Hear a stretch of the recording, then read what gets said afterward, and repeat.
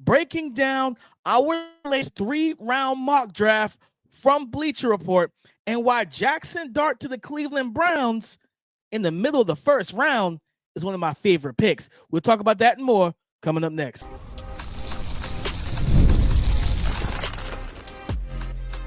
You are Locked On NFL Draft, your daily podcast covering the NFL Draft. Part of the Locked On Podcast Network, your team every day. Welcome back to the Locked On NFL Draft Podcast, your daily podcast covering your favorite draft prospects, part of the Locked On Podcast Network, your team every day. I'm your boy, Damian Parson. I'm an offensive draft analyst over at Bleacher Report. That's my guy, Keith Sanchez. He is the director of scouting with the Draft Network and 2019 national champion with those LSU Tigers. And as always, thank you for making Locked On NFL Draft your first listen today and every day. Shout out for being our everydayers. We dropped a new 3-round mock over at Bleacher Report. We're going to dissect that on today's show. We're going to talk about our favorite draft fits and picks from the mock, the most interesting and the most underrated. And Keith, let's get this thing rolling. For me, in this mock, go check out at bleachereport.com, guys. It's 3 rounds. I go to find the pick. It's Jaxson Dart at pick 24. The Cleveland Browns traded with the Minnesota Vikings, and they get quarterback Jaxson Dart out of Ole Miss. Shador is off the board. Cam Ward's off the board. With their second overall pick, they went ahead and they drafted Travis Hunter.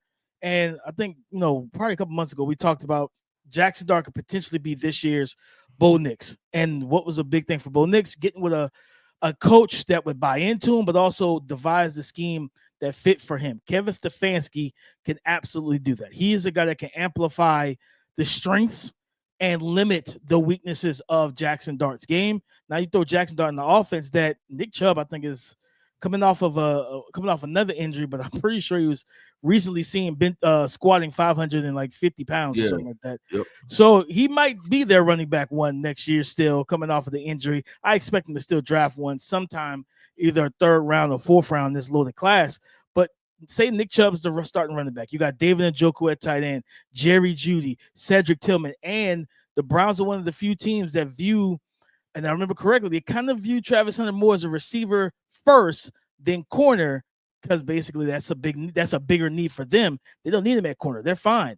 You put Travis Hunter in this offense with Jeudy and Njoku, Tillman, and then Nick Chubb at running back, and then add Jaxson Dart. I think the trade was they gave up 2 day 2 picks. I think it was 97 and 33. So it was like a second and a third, if I'm not mistaken. And I believe they still had another pick as well.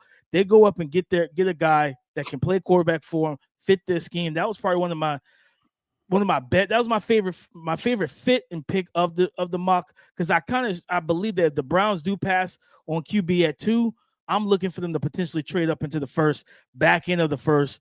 And the Vikings have been a team that I think they only have like 4 picks. They're looking to trade down potentially to get some more picks on day 2. I think the Browns move up. They get Jaxson Dart here. I really love that fit and what he can do within this offense. Yeah, I look at that DP and I say, because I go back to, I know you remember the Myles Garrett kind of fallout situation, right? And, him asking for a trade, but then post that, I don't know if you've seen there was a video of, I don't remember who was interviewing him, and they were kind of just asking him like, hey, well, what are you guys going to do at quarterback? And do you know? And he was like, kind of like, basically, yeah, I know, but I'm not telling y'all.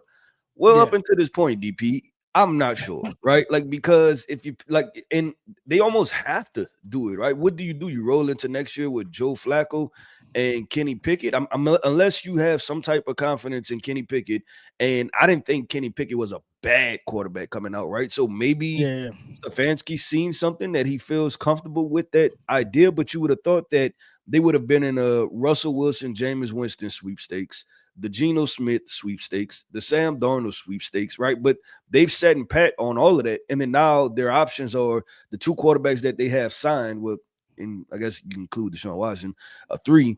But outside of that, drafting a quarterback. And you have to go get your guys. So that's why I definitely understand taking Travis Hunter at 2, but not taking Shador Sanders means you're telling me like you just don't like him, right? Like, because I feel like to me, the Browns and the Giants are in position to where it's not about even if you love him, you're in such a quarterback dire need that if you like him, you should take him, right? Like if you feel like he can be a step up, you should take him. But I like the Cleveland Browns moving back up, and just kind of seeing what you have in Jaxson Dart in that situation. And it's funny enough because what they had Baker Mayfield, I think, Stefanski worked with Baker Mayfield for maybe 1 year, I believe, and that was kind of my comp for Jaxson Dart was Baker Mayfield.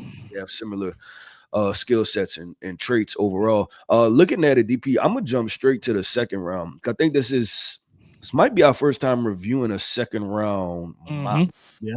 Right. So seeing some of these picks that fell to the second round, I like what the Chicago Bears did from a like continuing to add talented players, but also the Chicago Bears drafted Mason Taylor to the Bears, and then Maxwell Harrison, the cornerback from Kentucky, right? So they got a tight end.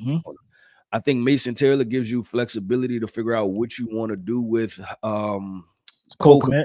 Yeah, it gives you opportunity to figure out what you want to do with Cole Kmet. But great integrity, locker room guy. He has a Chicago Bears feeling to him, right? Like he just, the gritty, tough, that type of situation. But then also Maxwell Harrison. Maxwell might be my 4th ranked corner in this class. After, when we talked about it, going back and watched that Texas game and watching him battle Matthew Golden and Isaiah Bond, getting him after. So they just gave Kyler Gordon an extension, right? And I think a huge thing that they have to figure out is that Tyreek Stevenson has played good football for them, but that was good football in that cover 2 heavy zone scheme, right? Dennis Allen comes in now, and does Dennis Allen run more man? And now that he does he run more man? How does that put Tyreek Stevenson in a complex situation, right? So I think you need to draft another corner just in case Dennis Allen runs out more man concepts, and it kind of messes. Same thing we talked about with Sauce, right? Like just not playing zone and playing man, it may affect their play and what they are able to do. So I like the Chicago Bears at the top of the second round and the 2 picks that they had. I thought that was good pickups. Yeah, I feel like if the draft fell out this way for them, you get Genty at 10. You get Mason Taylor top of the second, and then you get Maxwell Harrison. And like, if you're a Bears fan, you should be like, listen, man, we made some moves, within the first 3 picks, and they have, because of that Bryce Young trade, they have a lot of picks. They have a decent amount of picks within that second and third round range. So I think getting Genty at 10 was already good, but then to double down to get Taylor, because I think a lot of people look at Cole Kmet as like, man, you're talented. You have the size. He's never stepped into the shoes and been that guy. And it's like, he has all the physical ability, but he just never kind of stepped into that. I think Mason Taylor will be, nipping at his heels. Like, all right, either you're going to go out here and produce, or you're going to be the run blocker in the 12 personnel set. And I'm going to be the guy that Caleb Williams is going to throw the ball to. And I think getting Caleb, that young guy that he can really develop that chemistry with, especially in the middle of the field, up the seam, off the play action, the RPO game. Yeah, I think it does a lot for this offense, because you already got DJ Moore, you got Rome Odunze, bringing in Ashton Genty, getting Mason Taylor, like that. For Caleb, you feel like Caleb was probably on the phone with the GM after these picks and be like, listen, I'm ready to roll. Like, you guys did your thing. I'm ready to roll with that. So shout out to the Bears in this mock, guys. They ain't happened yet, but in this mock, they came away with a steal, man. They came away with an absolute steal, Keith. I'll throw one more out there. The New York Giants getting Jalen Milroe in round 2. Being able to get him at the top of the second round, not having to move up, not having to sacrifice draft capital. In the beginning of the draft, their 3rd overall pick, they select Abdul Carter out of Penn State, getting your quarterback who can learn, and then having the 2 guys you have in the room right now fits well for Jalen Milroe. Those aren't egotistical guys. Those aren't guys that's I'm not going to teach him nothing. Russ and Jameis are both 2 like team friendly guys, like team first type of dudes who aren't going to make him feel uncomfortable. So he gets sit behind them, 2 guys with a lot of experience, learn, see what you need to do, what you don't need to do in games and that practice, get his reps in the preseason, work behind the scenes and learn how to be a pro, and then take that step forward going into 2026. Yeah, well, the one pick I'll say real quick is the Indianapolis Colts drafting Tate Ratledge at pick 45. This is the range I expect Tate to go. Not a lot of people are talking about Tate Ratledge. I tweeted about it a couple of days like that, and I told you, right, I was like, my top interior offensive lineman might be different from almost the entire industry. I like Tate a lot. Yeah. I like I said, releasing my rankings and stuff, wouldn't be surprised if he's IOL 1 or 2 for me. I think he's that talented and he fills a spot for the Indianapolis Colts. But DP, let's keep this thing going, man. And we're gonna talk about some interesting picks, and I see quite a few on the board. So coming up next, man, we're going through Bleacher Reports. DP was involved, the 3-round mock draft, right? And we're pointing out selections that we think are interesting. We'll talk about that coming up next. As a small business owner, your work doesn't end when the clock hits 5. Your business is always on your mind, which means when it's time to hire, you need a partner that works just as hard as you do. That's where LinkedIn Jobs comes in. When you clock out, LinkedIn clocks in. LinkedIn makes it easy to post your job for free, share it with your network, and get qualified candidates all in one place. Post your job. LinkedIn's new feature can help you write job descriptions and quickly get your job in front of the right people with deep candidate insights. And here's a pro tip. Add the hashtag hiring frame to your profile picture to double your reach to qualified candidates. No wonder 72% of small businesses say LinkedIn has helped them find high-quality hires. Post your job for free at linkedin.com/lockedonnfl. That's linkedin.com/lockedonnfl to post your job for free. Terms and conditions apply. Most interesting picks from our 3-round mock over at Bleacher Report. Keith, when you scoured this mock, what stood out to you? Yeah, and you kind of talked about it, right? Getting Jalen Milroe in the 2nd round. And there are clear answers for this, right? And I think I know what people are going to say, but I guess I'm confused, not confused with the notion, but if you don't like them, then, and I'm not talking about you, I'm talking about people, right? Like Giants fans, like, I don't want him in the 1st to be my franchise quarterback, but I'll take him in the 2nd round to be my franchise quarterback. Regardless, you're drafting him to be your guy of the future at this point, right? Because there's no other guy of the future. So I just feel like if you don't like him, like, you know what I'm saying? Like, if you don't want him to be your quarterback, then just don't want him to be your quarterback. But either way, because the slot that he's getting drafted, unless he's going 4th, 5th round and you drafted another quarterback for him to compete, but you're still making him your option, right? As far as franchise quarterbacks. So I would tell Giants fans, like, don't like him in a 2nd, like, go with the guy that you want, right? Because just taking a guy because you feel like you got better value, if you have true concerns about him, then you're still slotting him into the same slot. And that means Russell Wilson, like, he's still going to be your starting quarterback in 2026, right? So I think the deficiencies that he has, if that's something you don't really care for, then it just, I think, you know what I'm saying? Like, it's like figure it out one way or the other. That's how I feel with that one. But I think it's good for the Giants if you could get him, because I mean, I like Jalen, but it just, I'm trying to battle with that, right? Because like I said, he's going to be, like, if you think about it, essentially he's falling into the same slot. Like as far as he's the future of your franchise at the quarterback position, you just drafted him in the 2nd round and not in the 1st round. I think that's where people, I think the reason why fans feel that way is if he's drafted at 3, they feel like he's got to play immediately. Now, me and you don't feel like you got to throw a rookie out there right out the gate, but it's become such a trend where it's like, and I hate it more so for the players, because it's like, if you get drafted top 3, you're going to a bad team out the ring. You know what I mean? Like, I love Cam Ward. I have no problem letting Will Levis go out there and stink it up for 4 games. You know what I mean? Right. Go watch a guy who's going to make those mistakes, and learn from that, right? Like, you don't have to start just because you're the 1st overall pick. Look at Caleb. I felt the same way about Caleb. As good as Caleb was, and we knew the ceiling of Caleb. It's like, man, Caleb could probably benefit from sitting behind a veteran. Like, if they had a Gardner Minshew, let him go out there, stink the joint up, or play however he's going to play, which we saw that in Vegas. Like, play the way he's going to play. Caleb gets to see it. He gets to kind of adjust, get to hit a coaching, stuff like that. Like, okay, that guy, the veteran threw the pick. How's the coach going to talk to him? And I need to be a fly on the wall and listen to that stuff. I think that's why fans are like, okay, if he gets drafted to 3, the notion is going to be, hey, he's got to start right out the gate.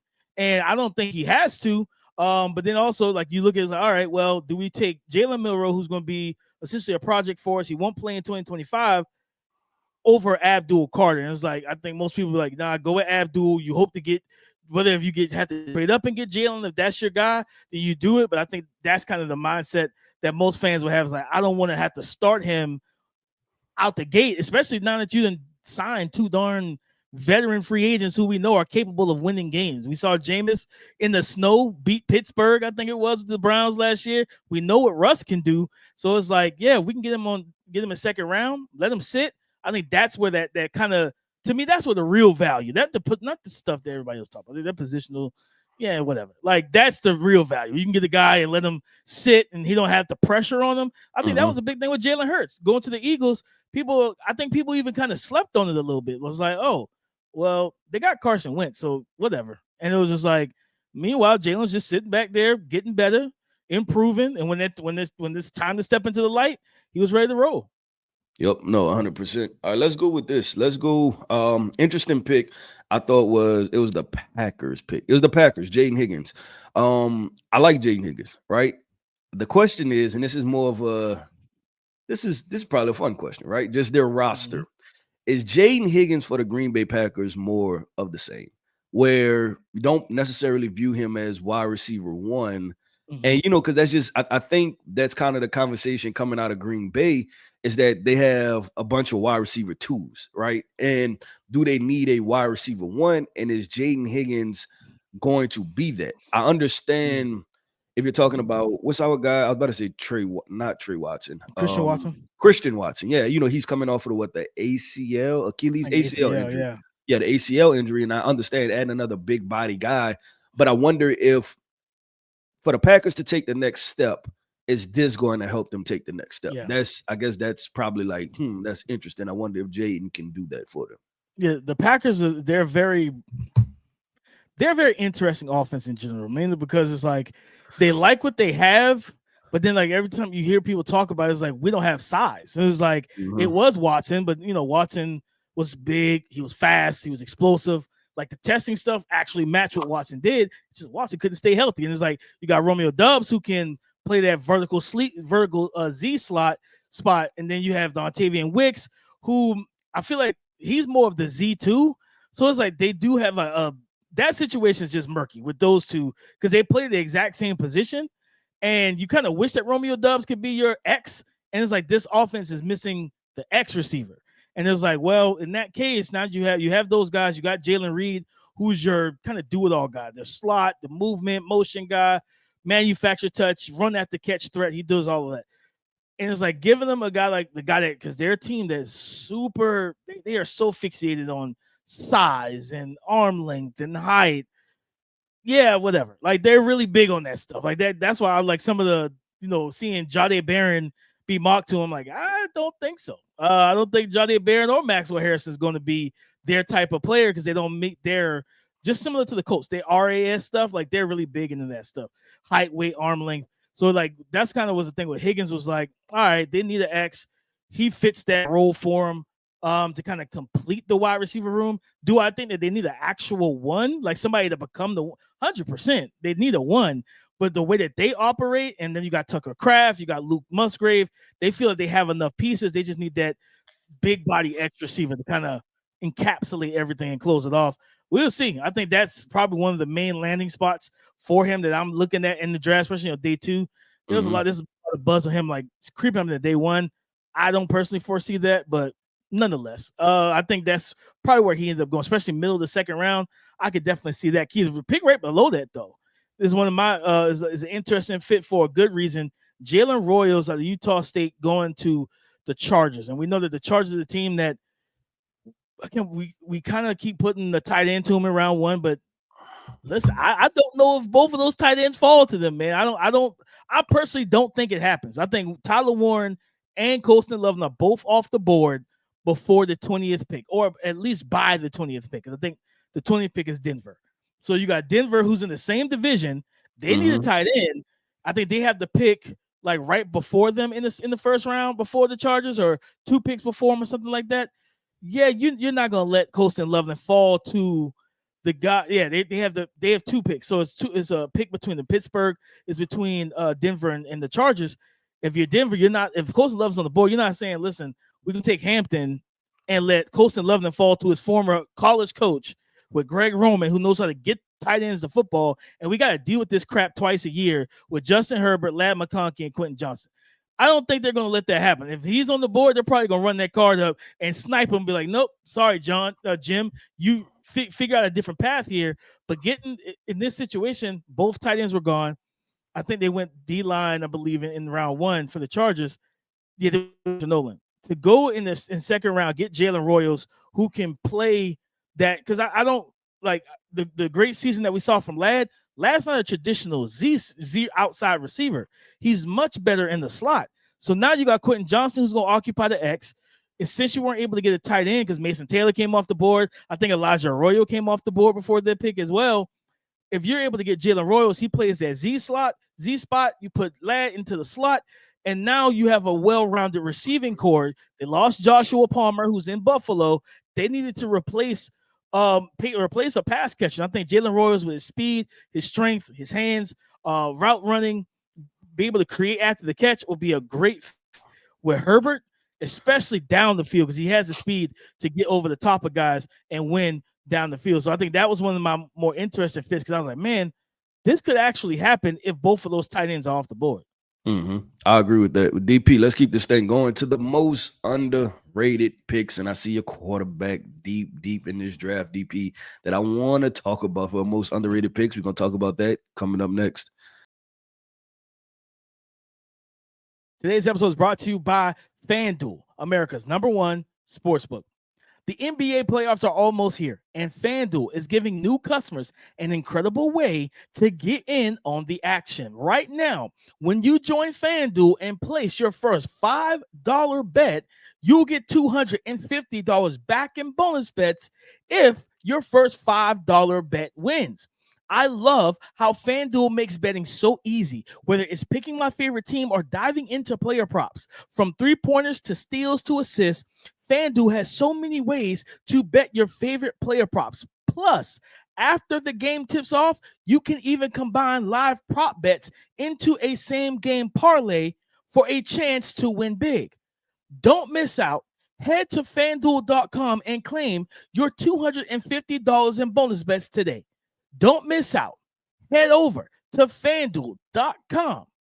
Join and claim your $250 back in bonus bets today.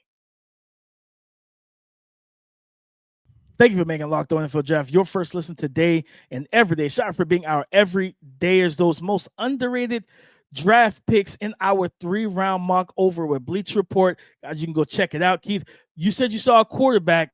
I think I know who you're talking about. Go ahead and let the people know what you saw.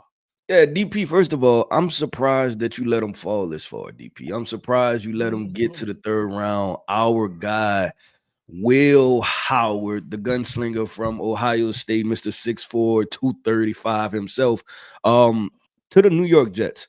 Now, am I a little bit nervous, DP? Yes. Why? Because it's the Jets, right? I wish he would have went somewhere that was a lot more prosperous and a proven franchise that could draft and develop quarterbacks, right? And last quarterback they had, was Sam Darnold, and he's seen Ghost. And then you got Mark Sanchez fumbling. Then you got Geno Smith just getting up out of there, right? So they don't have a great track history. So that's the part that scares me. But I think if there's a spot where you're putting somebody directly behind a quarterback you trying to have as a prove-it year, talking about as Justin Fields trying to figure it out, I'm all in on Will Howard. And I think that's the potential spots and locations he can go, right? Like somewhere where he can just you talked about Jalen Hurts being an underrated kind of pick for the Philadelphia Eagles. And because we have to, not only was he drafted there, but remember, Carson Wentz was the starting quarterback, right? Like Carson Wentz was the starter. He was the guy that the Philadelphia Eagles were all in on. I think if he goes somewhere to a similar situation, and I think he could potentially get drafted higher, but if he goes to a similar situation where he's just kind of sitting there and he gets to just learn and figure everything out, somebody's going to potentially draft himself a starting quarterback, like and could potentially be a really good starting quarterback. So Will Howard, that's an underrated spot, and the New York Jets could have potentially drafted like their future. And obviously, I'm all in on Justin Fields and want him to prosper. But we talk about, hey, if that don't work, we have something in the holster, kind of. Will Howard sitting there with the New York Jets, I like. Yeah, with him, it was kind of like looking at how the board was falling, and we were like taking care of other needs, and it was like, man, like the Jets, who's their backup quarterback? Aaron Rodgers is gone, and things of that nature. It was like, I think they still have Tyrod. As like that veteran in the room, but being able to, get a Will Howard in the third round and go ahead and try to set yourself up for the future, kind of makes a lot of sense for him. Man, looking at, because it's a lot of underrated moves here. Keith, I'm gonna go. I want to double dip with the Chicago Bears. Screw it. Yes, the Chicago Bears. Like you get Genty, you get Mason, you get Maxwell Harrison, and then in round 3 you get Jack Bech. Like you get Jack Bech to now become the slot receiver, that power slot for you. Keenan Allen isn't getting any younger. I think he's actually is he a free agent right now? I think he might be. He's a free agent, or I figure he's a free agent right now. So getting Jack Bech brings a guy that can, now you have 3 strong-handed receivers who can play with physicality, who can make plays at the catch point, and honestly, you can move these guys around. DJ Moore has played in the slot. He's played the Z. Roma Dunze has done all 3. Jack Bech might not line up at Z a lot for you in the NFL. I mean, X, but he can line up at the Z and then a slot spot. And then you start motioning these guys around. And I'm all about pre-snap motion, giving your quarterback answers to what the defense is in. Let's get these guys out of their coverage disguises and things. No, tell me what you're in. Are you in zone? Is this man? I need to know. Like, and then giving that answer to Caleb Williams, pre-snap allows him to just play faster post-snap. So I think Jack Bech, and then I think he could potentially become a favorite of Caleb, especially if the offensive line is having a bad day. A guy that can those quick sit downs, quick hitches, that once he gets the ball in his hands, he can break tackles, he can make a guy miss and get yards after the catch as well. And then he does it from a quarterback friendly spot in the slot. Yeah, I think that was a very underrated pick overall for me, Keith. And I'm gonna throw another one out here. The Philadelphia Eagles getting Harold Fannin Jr. at the back of the second round. They're in a contract dispute with Dallas Goedert, and there's been rumblings that he might end up being a guy that's a draft day trade to a team. A team that needs tight end help. He might be on the move, and it was like, well, that happens.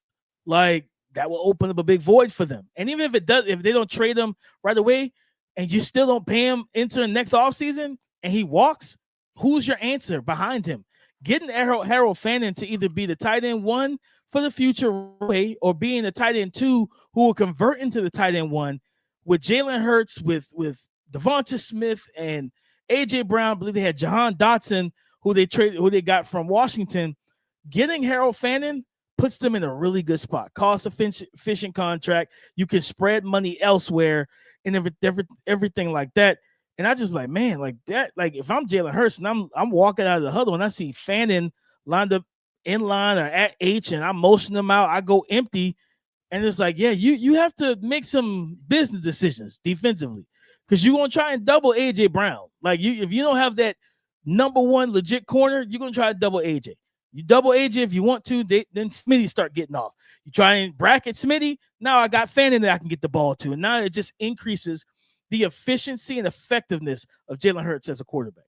Yep. Nah, the 2 guys I got, DP, I'm going to roll with wide receiver from Maryland, Ty Felton.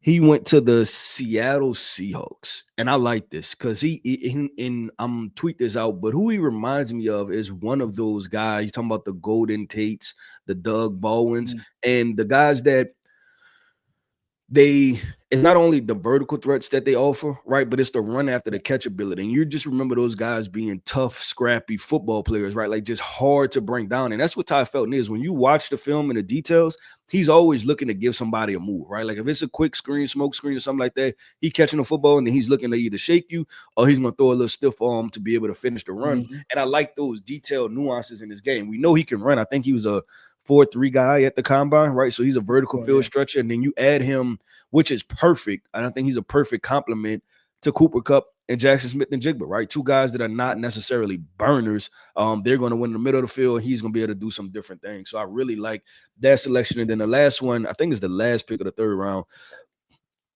Terence Ferguson to the Los Angeles Rams. I like that one a lot. I like T. Ferg. I think T. Ferg has the opportunity to be a real tight end one in this NFL. He has the size. He has the movement skills. He showed that he can run. I think he ran a 4.6 at the NFL Combine. And in the Sean McVay offense, when you talk about a lot of those crossers and those deep crosses and things like that, he thrived on that at Oregon, right? Like you get him running across the field, you're able to see that speed, and you can see him start to run away from linebackers, right? Run away from some of those second level defenders. But also I thought he was a pretty good IQ guy. You seen at Oregon that he was able to fall and sit in holes too in zone. So I think he's a smart football player that'll thrive in this type of offense. No, 100%. I think, especially for a team, they still have Tyler Higbee, and this run blocking, I think this was a fit for us. It was like he won't be asked to be some mountain mover as a run blocker. Like they're going to use him in the passing game. They're going to kind of get him out in space to try and pick off corners and seal off and wall off some safeties that's triggering downhill, things like that. But his ability to be that extra weapon, especially in the red zone, where he's like 6'5", 6'6", he can jump, big body guy that can get open, and you put him in the offense where now you have Puka Nacua, Devontae Adams, Tutu Atwell. Like I say, still got Tyler Higbee, who's solid, and then you got Terrence Ferguson. Matthew Stafford is still one of the best quarterbacks in the league that people still root for and love, and he can get the ball at everybody. It was like, like this right here, like they're in a win now situation. Like I've seen the mocks about them taking Jaxson Dart in round 1. I don't think that helps them, win the NFC West, and I don't think that helps them win a playoff game. They're trying to win. Like they want to get another ring with Matthew Stafford. I think Terrence Ferguson could be an extra piece to help him do that in the postseason.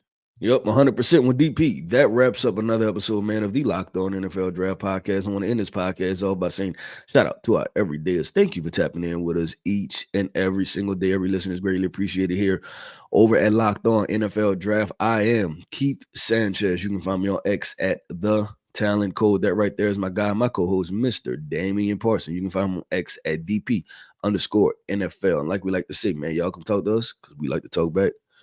Go subscribe and follow for free on YouTube, wherever you listen to podcasts, to get the latest episode as soon as it is available. On tomorrow's show, we're going to talk about the top landing spots for Colorado star quarterback Shedeur Sanders. So come and join the conversation again tomorrow on the Locked On Podcast Network, your team every day.